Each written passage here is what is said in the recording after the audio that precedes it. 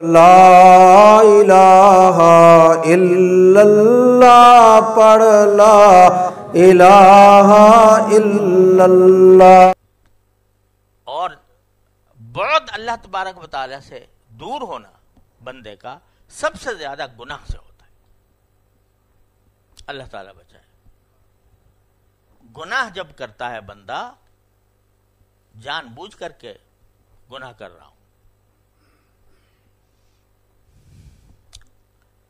اللہ بچائے، بعض مرتبہ تو یہ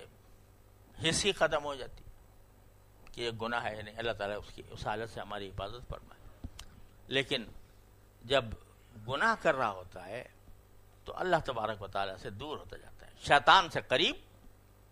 اور اللہ سے دور۔ تو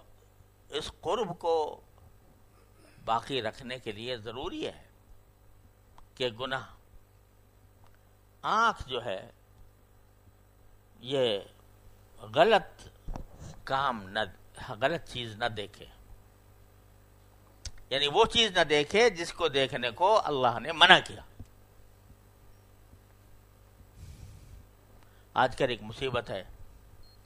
ہر ایک گھر میں، ہر انسان کے پاس جیب میں پڑے ہوئے ہیں فحاشی کے مناظر۔ آدمی تنہا بیٹھا ہے اور پاس موبائل ہے اور دل میں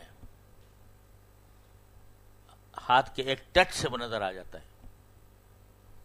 تو آدمی کا جو نفسانی خواہشات ہیں وہ اس کو ابھارتی ہیں اس بات کے اوپر کہ دیکھو بڑا آسان کام ہے یہ، کوئی تمہیں دیکھ نہیں رہا، خلوت میں ہو، کمرہ بند ہے، کوئی تمہیں نہیں دیکھ رہا، کر لو اس کو، مزہ آئے گا۔ یہ داعیہ جو دل میں پیدا ہو رہا ہے اور دل اس کے اوپر مائل ہو رہا ہے، مائل ہی نہیں بلکہ اب بظاہر کہنے والوں کے کہنے کے مطابق مجبور ہو رہا ہے، اپنے نفسانی خواہشات کے آگے مجبور ہو رہا ہے۔ اس وقت میں اللہ کو یاد کرے، اس وقت میں یہ کہے کہ میرا اللہ مجھ سے ناراض ہوگا، اس نے مجھے یہ آنکھ جو ہے یہ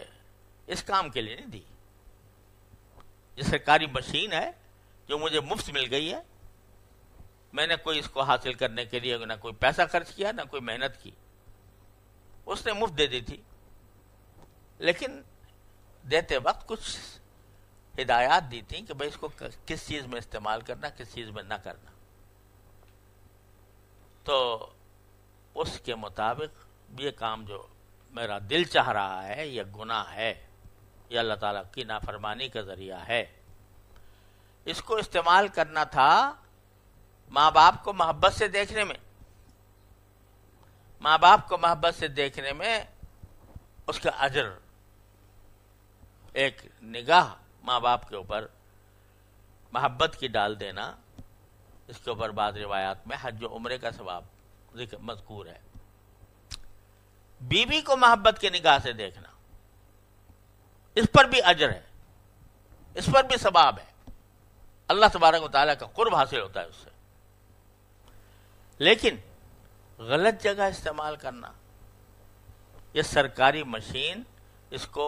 غلط استعمال کرنا، کسی آدمی نے آپ کو مفت میں ایک اعلیٰ درجے کی مشین دے دی کہ بھئی تم استعمال کرو اس کو، مگر بس خیال کرنا کہ اس سے کسی کو تکلیف نہ ہو۔ مثال کے طور پر آپ نے کہا میں استعمال اسی میں کروں گا، دوسروں کو تکلیف پہنچاؤں گا، شور کروں گا اس سے، کتنی بڑی ناشکری، کتنی بڑی ناقدری ہے۔ تو جب بندہ اس بات کا تصور کر کے اپنے نفس کو کچلتا ہے کہ نہیں کروں گا یہ کام، میرے اللہ نے منع کیا، انہ ربی احسن مثوائے، وہ میرا پروردگار ہے، اس نے مجھے اچھا ٹھکانہ دیا ہے، تو میں اس کی کیسے نافرمانی کرتا ہوں۔